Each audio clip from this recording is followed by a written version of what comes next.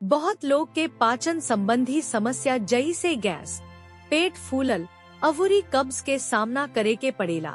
यह समस्या के मूल कारण अक्सर आंत के खराब स्वास्थ्य होला। आई 5 गो खाद्य पदार्थ के बारे में जानल जाव जवन राउर आंत के बेहतर बनावे में मदद करी। 1. फर्मेंटेड फूड्स आंत के स्वास्थ्य खातिर फायदेमंद होखेला। एहमे दही, इडली आ डोसा जैसन खाद्य पदार्थ शामिल बा। फर्मेंटेशन से आंत में बढ़िया बैक्टीरिया बढ़ेला, जवना से पाचन अवूरी पोषक तत्व के सोखल में सुधार होखेला। डोसा बनावे के समय जांच करी कि ई ठीक से फर्मेंटेड बा की ना, काहे से कि तुरंत भा जल्दी वाला रेसिपी सब के कबो उतना बढ़िया असर ना पड़ेला। 2. प्रीबायोटिक एगो प्रकार के फाइबर है जवन आंत में निमन बैक्टीरिया बढ़ावे में मदद करेला। प्रीबायोटिक से भरपूर खाद्य पदार्थ के अपना आहार में शामिल कैला से आपके पाचन में सुधार हो सकता।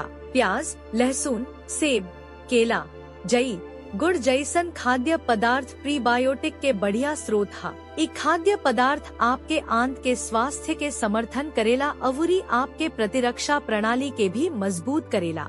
3. फाइबर सही पाचन खातिर जरूरी होखेला। अनाज, फल, सब्जी, अखरोट जैसन खाद्य पदार्थ में फाइबर भरपूर मात्रा में होखेला। ई मल त्याग के बढ़ावा देवेले अवूरी पाचन तंत्र के सुचारू रूप से चले में मदद करेले। जेकरा कब्ज के सामना करे के पड़ता, ओकरा खाती हाई फाइबर वाला खाद्य पदार्थ बहुत फायदेमंद हो सकता। 4. ओमेगा 3 फैटी एसिड आपके स्वास्थ्य अवूरी आंत के स्वास्थ्य खाती फायदेमंद हो सकता। ये दिल के स्वास्थ्य अवूरी दिमाग के कामकाज में भी मदद करेला। अखरोट, सन के बीज, अवूरी मछली ओमेगा 3 के निमन स्रोत हा। एकरा के अपना आहार में शामिल कैला से आपके आंत के स्वास्थ्य में बहुत हद तक सुधार हो सकता। 5. पॉलीफेनोल जामुन, डार्क चॉकलेट अवूरी ग्रीन टी में पावल जाए वाला यौगिक हा। ये आंत में निमन बैक्टीरिया के बढ़े में मदद करेले अवूरी हानिकारक बैक्टीरिया के कम करेले। पॉलीफेनोल से भरपूर खाद्य पदार्थ न सिर्फ आंत के स्वास्थ्य में सुधार करेला बालुक एंटी एजिंग फायदा भी देवेला।